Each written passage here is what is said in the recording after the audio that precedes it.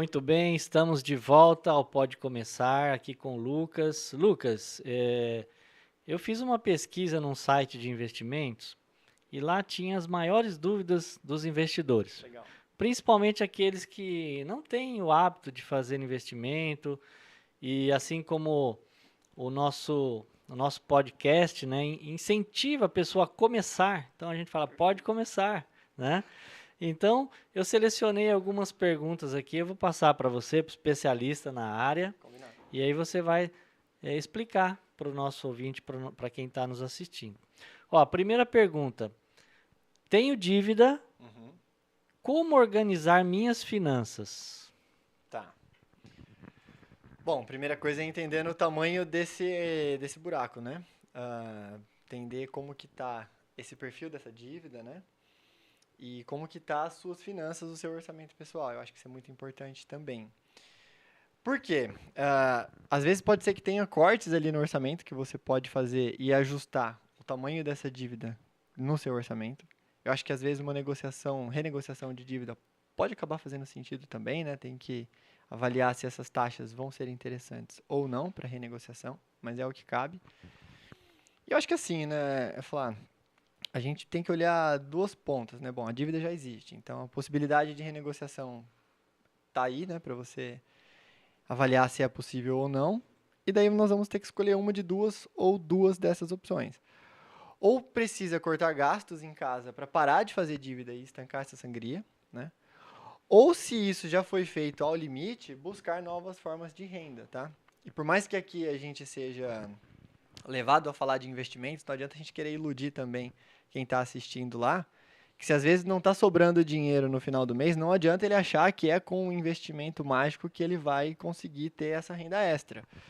E aí é onde a gente vê muito problema, né? Por exemplo, com esses jogos online, cassino online, pessoas que aplicam golpe, porque muitas vezes as contas estando apertadas em casa, você tendo dificuldade para oferecer o básico.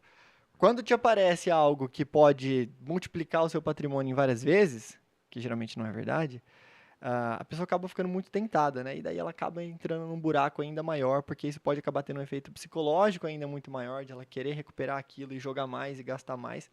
E a gente vê que esses cassinos online hoje, né, Flá, eles impactam até no PIB. Eles têm um percentual relevante do PIB hoje do brasileiro, é levado para esse tipo de jogo, de aposta. Então, eu acho que assim, é a gente fazer o básico, né, o arroz com feijão, cortar gastos em casa, buscar novas fontes de receitas, seja via trabalho, seja trabalho online, seja buscar uma promoção no trabalho, a renegociação de dívidas e tomar muito cuidado com possíveis golpes e jogos que vão levar não dá nem para dizer o investidor, né? Mas quem está achando que vai multiplicar o seu patrimônio, na verdade, é afundar o buraco ainda mais fundo. Legal, Lucas. E para investir, Lucas, tem valor mínimo para começar? Para começar a investir, na verdade, não, Flá. A gente, assim, tem alguns fundos aí no mercado, a partir de R$ 1 você consegue colocar dinheiro no fundo, né? Tesouro direto, a gente está falando ali de 30, R$ 40, você já consegue fazer aplicações relativamente seguras, né? O tesouro direto é considerado um investimento seguro. Claro que depende, tem vários tipos de tesouro direto, mas via de regra é considerado um investimento seguro. A gente, quando fala de ações, fundos imobiliários, né, investimentos mais arrojados, também tem valores mínimos pequenos para começar. Então, na ideia de pode começar, o investidor que tem pouco, ele pode começar, tá? Legal. A questão só é isso, é ele se planejar, saber o que, que é a aplicação conservadora de curto prazo, o que, que é a aplicação mais arrojada de longo prazo, colocar isso dentro do planejamento financeiro dele, de investimentos e pode começar, mesmo com pouco. Lucas, tem outra pergunta aqui que quero começar a investir. Quais os primeiros passos? É muito difícil? Como é que eu começo a investir? Primeiros passos não é sobre investimentos, Flá. Primeiros passos é sobre o investidor. É entender onde está esse investidor, qual é o momento de vida do investidor. Então, poxa, tem uma renda estável, tem uma renda muito variável, já tem um recurso inicial ou vou começar a guardar um recurso agora. Então, os primeiros passos é se conhecer. Aí é onde entra profissionais também para ajudar o investidor a entender esse momento de vida. Passo número 2, quais são os objetivos? Então, sei onde eu estou, agora eu quero projetar onde eu quero chegar, quais são os meus objetivos financeiros, quais são meus objetivos de vida mesmo, né? E acaba que as finanças fazem parte da vida, né? É uma parte importante. E aí sim, você vai começar, seja através do seu banco, né? Que hoje os bancos já oferecem algumas opções de investimentos, seja através de uma corretora de investimentos, aí você vai começar a, enfim, transfere dinheiro para a conta da corretora e baseado naquele perfil que você fez antes e nos seus objetivos, você vai fazer uma parte em renda fixa, uma parte em renda variável. Então, é isso, tá? Primeiro se conhecer, saber onde quer chegar, abrir uma conta no banco ou corretora e daí começar a fazer os investimentos com base nesse diagnóstico inicial. Lucas, é importante também a pessoa saber o seu perfil, né? Fundamental. Porque às vezes tem aquela pessoa que é avesso a risco, ou aquela pessoa que quer proteger o seu patrimônio. Como que é isso, Lucas? Explica um pouquinho para nós. Tá. Falando na prática, Flá, se a gente olhar o mercado de ações brasileiro em setembro, tá? Último mês para a gente falar logo ali, né? O que acabou de acontecer. A Bolsa Brasileira, né? Quem investiu nas ações brasileiras, em média, perdeu mais de 3%.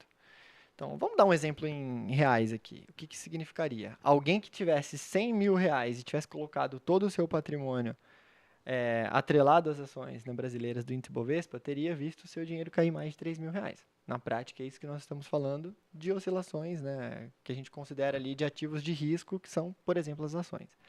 Já numa alocação mais conservadora, como, por exemplo, um Tesouro Selic, a gente já estaria falando de um rendimento ali mais próximo de 0,9 ao mês. E que ele vai oscilar praticamente nada de um mês para o outro. As oscilações são muito pequenas, né? Porque ela é uma renda fixa, tem segurança, você consegue resgatar a qualquer momento. Parecido com uma poupança, só que poupança turbinada. Então, quando a gente fala, né, em perfil de risco, conhecer o investidor, é isso, é saber alocar os ativos corretos para aquele investidor. Né? Não tem ativo errado e ativo certo. Tem o ativo correto para cada perfil e cada objetivo financeiro do investidor. Legal, Lucas. Então, um exemplo, tá? Aquela pessoa que ela é extremamente conservadora, Certo. você não indica ela a investir em renda variável, é isto? Via de regra, não. E quando sim, em valores muito pequenos, sabendo que aquele recurso ele é um recurso de longo prazo do investidor. Então, via de regra, a gente precisa manter essa carteira do investidor conservador com uma oscilação baixíssima, né? Ou seja, buscar ao máximo que ele não tenha oscilações negativas, por exemplo, de um mês para o outro. E daí a gente vai acabar mantendo, sim, a maior parte do recurso em renda fixa. Mas a renda fixa, Flá, ela tem vários tipos de opções. Eu acho que a gente vai em algum momento aprofundar um pouco disso. Mas mesmo quando a gente fala, vou investir tudo em renda fixa, tem vários tipos de renda fixa que inclusive oscilam bastante, às vezes mais do que a própria renda variável. Então, é importante dizer que mesmo para o investidor conservador, ele consegue diversificar e acessar classes de ativos mais sofisticadas também, sempre dentro das proporções que um investidor conservador deveria seguir. Legal, Lucas. Ó, outra pergunta aqui. Investir em poupança é a melhor opção? Esse provavelmente é extremamente conservador, né? Com certeza. O que a poupança tem de características, né? Primeiro vamos entender. A poupança, ela é sim muito segura. Então, o investidor consegue saber quanto que ela vai render de um mês para o outro, né? Sabe que ele não vai ter oscilação negativa de um mês para o outro na poupança, então isso é característica muito positiva. E ele consegue movimentar aquele recurso a qualquer momento. A poupança ainda tem uma característica além, né, dessa de movimentação a qualquer momento, que o investidor consegue transferir da poupança direto para outras contas, etc. Quanto que em outras classes de ativos você precisa primeiro, vamos dizer assim, né, dar baixa, resgatar a aplicação para depois fazer a transferência. Então, a poupança ela tem algumas boas qualidades quando a gente olha do ponto de vista de segurança e liquidez. Agora, quando nós olhamos do ponto de vista de rentabilidade, a gente consegue encontrar no mercado alocações tão seguras quanto a poupança, que ofereçam uma liquidez tão boa quanto a poupança, né, que você consegue mexer todos os dias também, com um rendimento muito mais próximo da taxa Selic. E o exemplo mais óbvio aqui seria o próprio Tesouro Selic. Hoje a gente está falando de uma rentabilidade de 10,75% ao ano versus uma poupança entre 6% e 7% ao ano. Então, duas aplicações com nível de segurança equivalente, com um nível de possibilidade de movimentação desse recurso equivalente, né? O Tesouro Selic tem um horário limite, não é a qualquer momento igual a poupança, mas você consegue todos os dias movimentar com uma rentabilidade que é quase o dobro.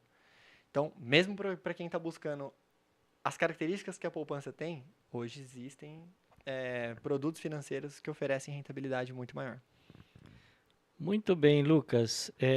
Então, por isso que é importante você que está nos assistindo contratar ou procurar alguém que especialista na área, porque muitas vezes você acha que tem o perfil conservador, mas na verdade você tem um perfil moderado que pode avançar um pouco mais.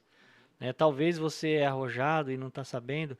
E a Traxim, na prestação de serviços que oferecem, você faz todo esse perfil, né? Analisa todo esse perfil, né, Lucas?